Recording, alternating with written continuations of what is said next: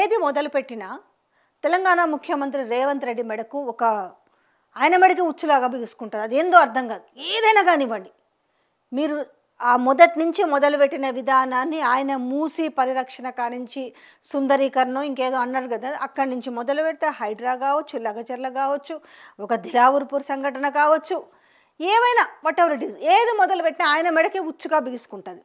ఇప్పుడు తాజాగా ఆయన మెడకు ఉచ్చు ఎందుకు బిగుసుకుంది అని అంటే, ఈ జూబ్లీ హిల్స్ ఉప ఎన్నిక చిచ్చు.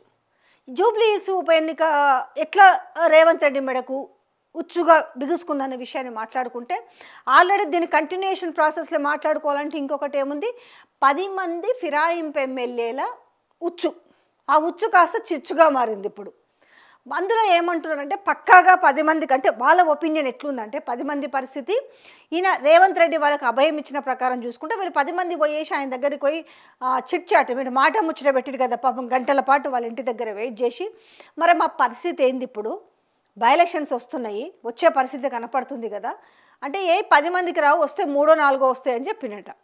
సరే, వాళ్ళు కూడా అన్నారట కదా, మరి 3ఓ 4ఓ వస్తాయి అని మీరంటారు కదా, ఈ 3ఓ 4ఓ మందిని మేము ముందే రాజీనామా చేస్తాం, మా పైన అనర్హత పెట్టి వేసే కంటే కూడా మేము ముందే రాజీనామా చేస్తాము, సో కాబట్టి మమ్మల్ని మీరు గెలిపించుకునే దాన్ని సిచ్యువేషన్ని మీరు దాన్ని టేకప్ చేయండి అని చెప్పారంట.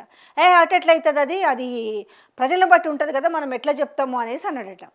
అయితే ఇక్కడ ఏమైంది, ఇందులో ఫస్ట్ లైన్లో ఉన్నది ఎవరంటే దానం ఉన్నాడు. ఖచ్చితంగా దానం పైన వేటు పడుతుంది, ఇది అందరికీ తెలిసిన విషయమే. గింత నెక్కరేసుకుని బుడ్డ పురాణ కూడా చెప్తాడు ఎందుకు దానం నాగేందర్ పైన వేటు పడుతుంది అనే విషయానికి. ఎందుకంటే ఆయన బాజాప్తా ఆయన అక్కడి నుంచి వచ్చిన తర్వాత, ఇందులో చేరిన తర్వాత ఆయన కాంగ్రెస్ పార్టీ నుంచి బీఫామ్ తీసుకొని సికింద్రాబాద్ పార్లమెంట్ అభ్యర్థిగా పోటీ చేయడము, ఆయన ఓడిపోవడం, ఇవన్నీ జరిగిపోయింది. అప్పుడు కూడా ఒక కండిషన్ తోటే పోటీ చేసిన అంటారు, నేను ఓడినా గెలిచినా సరే నాకు మీరు మంత్రి పదవి ఇవ్వాలన్నది. ముందైతే నువ్వు పోటీ చేయి, ఇస్తాంలే అని మాట్లాడారట. సో ఆయన అప్పుడు మంత్రి పదవి వస్తా అన్న దాంతో ఆయన అసెంబ్లీలో మాట్లాడిన మాటలు కూడా పెద్ద పెద్ద, అంటే ఘోరమైన నోటి దురుసు మాటలు అంటారు కదా, ఆ మాటలన్నీ కూడా చూసిరు. మళ్ళీ ఏమైందో, ఇచ్చిర్రు, వాళ్ళు ఏదో అన్నారు, ఇస్తామని చెప్పిరు, ఆ పాటలకు వచ్చేంత వరకు మంత్రి పదవి సరే చూద్దాంలే అన్నారు. ఆయన కూడా నిజంగానే హోప్ పెట్టుకొని అసలు రేవంత్ రెడ్డి మీద ఈగ వాలనీయకుండా చేసే ప్రయత్నం చేసిన, అదంతా కూడా ఆయన కూడా కళ్ళ ముందు తేట తెల్లమైపోయింది. ఓహో, ఇదేదో అయ్యే పరిస్థితి లేదు. ఎందుకంటే నిజంగా ఆయన ఇన్నేళ్ళ రాజకీయంలో ఆయనకు తెలిసి ఉండాలి, కాంగ్రెస్ పార్టీలోనే ఆయన ఎక్కువేళ్ళు ఉన్నాడు కాబట్టి ఆయనకేం తెలియని ముచ్చట కాదు కదా. ఆడున్నోళ్ళకే మంత్రి పదవి వచ్చే పరిస్థితి లేదు, వాళ్ళని కాదనేసి. ఎందుకంటే ఆల్రెడీ మంత్రి పదవికి నాకు హామీ ఇచ్చి నాకు హామీని నెరవేర్చలేదని ఒక దిక్కుకెళ్ళి కోమటిరెడ్డి రాజగోపాల్ రెడ్డి దుమ్మెత్తి పోస్తూనే ఉన్న వైనం కనిపిస్తుంది. ఇలాంటి నేపథ్యంలో మరి ఎట్లా నమ్మిండో దానం నాగేందర్ అయితే తెలియదు. ఎందుకంటే వీళ్ళందరూ కూడా ఖచ్చితంగా పదవి లేకపోతే ఉండరు. కానీ పార్టీలు కూడా గమనించాలి, ఇది బీఆర్ఎస్కి నిజంగా చెప్పాలంటే పెద్ద గుణపాఠం అని చెప్పాలి. రేపు మళ్ళీ బీఆర్ఎస్ పార్టీ అధికారంలోకి వస్తుందనగానే మళ్ళీ వీళ్ళందరూ వచ్చి జాయిన్ చేసారు అనుకో, ఇంతకంటే ఎవ్వరు కూడా ఏం చేయలేరు. ఇప్పటికన్నా పార్టీలు కొంచెము గుణపాఠం, కళ్ళు తెరుచుకోవాలి వీళ్ళ పరిస్థితి. ఇప్పుడు దానం నాగేందర్ లాంటి వాళ్ళైతే ప్రభుత్వంలో, అంటే అధికారంలో లేని పార్టీ దగ్గర వాళ్ళు ఉండరు. ఎందుకంటే వాళ్ళ రాజకీయ చరిత్ర అదే చెప్తుంది. ఇప్పుడు ఈ నేపథ్యంలో ఏమైందంటే, ఇప్పుడు మాగంటి గోపీనాథ్ అకాల మరణం తర్వాత ఇప్పుడు జూబ్లీ హిల్స్లో ఉప ఎన్నిక అనివార్యమైన నేపథ్యంలో కాంగ్రెస్ పార్టీ నుంచి అధికారంలో ఉంది కదా, అధికారంలో లేని పార్టీలకే బోల్డ్ అంతమంది లైన్లో ఉంటారు పోటీ చేస్తామని. ఇక అది అధికారంలో ఉన్న తర్వాత ఎట్లుంటుంది? ఈ నేపథ్యంలో ఏంది, వీళ్ళకు లిస్టు బాగానే పెరిగింది. ఇప్పుడు ఇక హజారుద్దీన్ అయితే, ఎందుకంటే ఆయన అక్కడ పోటీ చేసింది కాబట్టి ఖచ్చితంగా అక్కడ మైనార్టీ ఓట్స్ ఎక్కువ ఉన్నాయి కాబట్టి ఖచ్చితంగా సీటు నాకే వస్తుంది, నాకు హైకమాండ్ మాట ఇచ్చింది అని చెప్పేసి హజారుద్దీన్ అయితే ఆయన చాలా ధీమాగా ఉన్నాడు.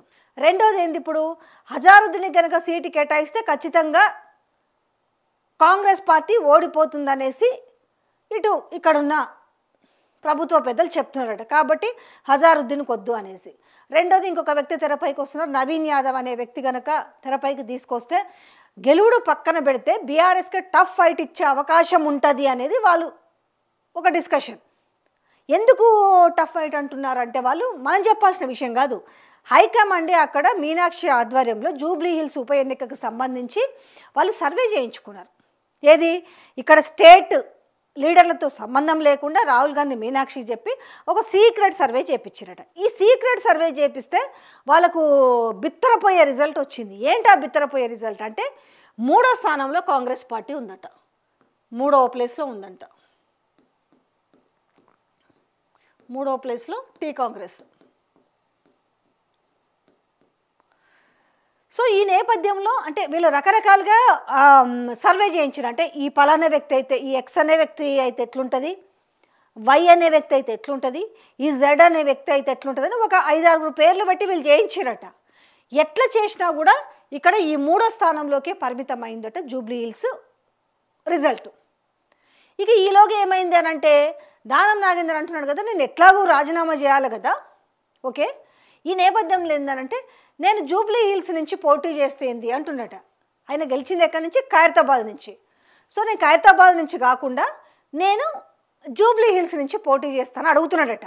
నాకు మీరు మంత్రి పదవి కనుక ఇస్తారంటే, అంటే ఓడిన అంటే ఆయన చెప్పడం ఏంటంటే నేను ఎట్లయినా గెలుస్తా, అంటే నాకు అక్కడ బాగా తెలుసు, నాకు ఎట్లా ఓట్లు వేయించుకోవాలనో తెలుసు కాబట్టి నాకు ఆ స్కిల్స్ బాగున్నాయి అనేసి పోల్ మేనేజ్మెంట్ నేను చాలా అద్భుతంగా చేస్తాను కాబట్టి నేను జూబ్లీ హిల్స్లో గెలుస్తాను, నాకు మీరు మంత్రి పదవి ఇస్తారా.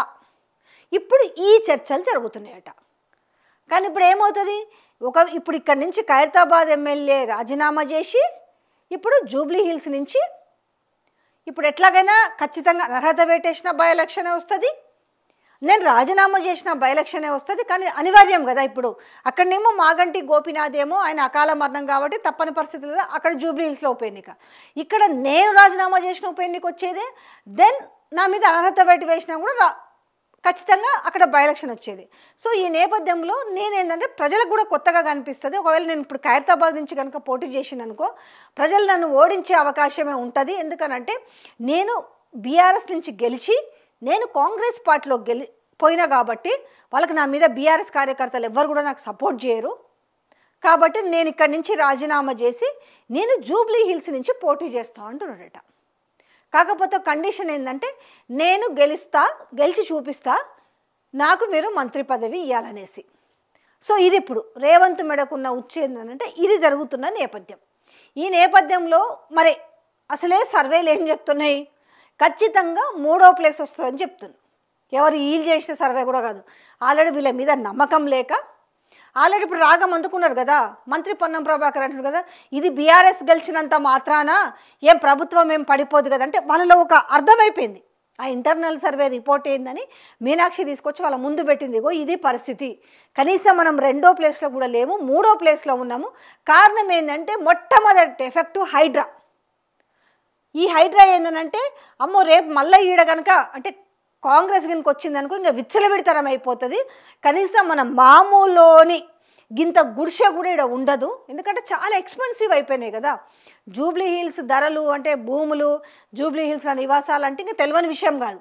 ఇలాంటి నేపథ్యంలో మంచో చెడో ఆ కాలం నుంచి కొంత పట్టా భూములు లేదంటే వాటిని ఎట్లాగో కొంతకాలం పాటు గుడిసెలు వేసుకొని ఉండి అది పట్టా చేయించుకున్న వైనం ఇవన్నీ ఉన్నాయి. ఇలాంటి నేపథ్యంలో ఏమవుతుందంటే హైడ్రా దూకుడు కూడా చూసిరు కదా.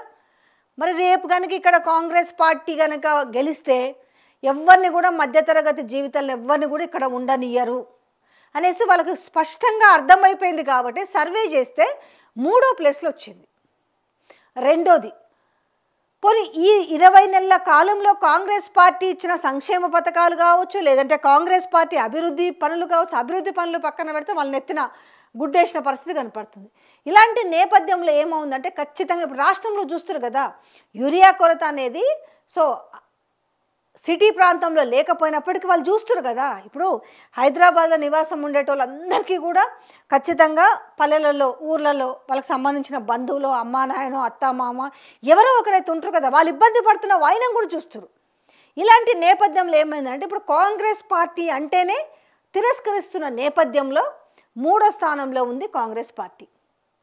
ఈ 3వ స్థానంలో ఉన్న కాంగ్రెస్ పార్టీని ఎట్లా దీన్ని కనీసం సెకండ్ కన్నా తీసుకురావాలి, కనీసం డిపాజిట్లు కూడా రాకపోతే పరువు పోతుందని చెప్పేసి ఇప్పుడు వాళ్ళు శేషభిషలు పడుతున్నారు.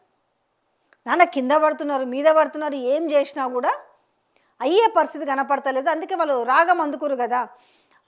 ఈయన దానం నాగేందర్ ఏమో ఖచ్చితంగా గెలిచి తీరాల్సిన అవసరం ఉంది కాంగ్రెస్కి. ఇప్పుడు జూబ్లీ హిల్స్ ఉప ఎన్నిక అనేది చాలా ప్రాముఖ్యతను సంతరించుకుంది, కాంగ్రెస్ పార్టీ గెలిచి తీరాలి అంటుంది. ఎందుకు ప్రాముఖ్యత సంతరించుకుంది అంటే ఆయన మంత్రి పదవి కోసం కూడా ఇప్పుడు ప్రాముఖ్యత సంతరించుకుంది. చలో రేపటి నుంచి మీకు నేను జూబ్లీ హిల్స్ గ్రౌండ్ రిపోర్ట్కి సంబంధించి మీకు ఎవ్రీడే మేము ముందు పెడతాం, మీరే డిసైడ్ చేసుకోవచ్చు జూబ్లీ హిల్స్లో కాంగ్రెస్ పరిస్థితి ఎట్లుంది, లేదంటే బీజేపీ పరిస్థితి ఎట్లుంది, లేదంటే బీఆర్ఎస్ పరిస్థితి ఎట్లుంది అనేది మీకు ప్రతిరోజు కూడా వీడియోలు మేము ముందుకు తీసుకొస్తాం.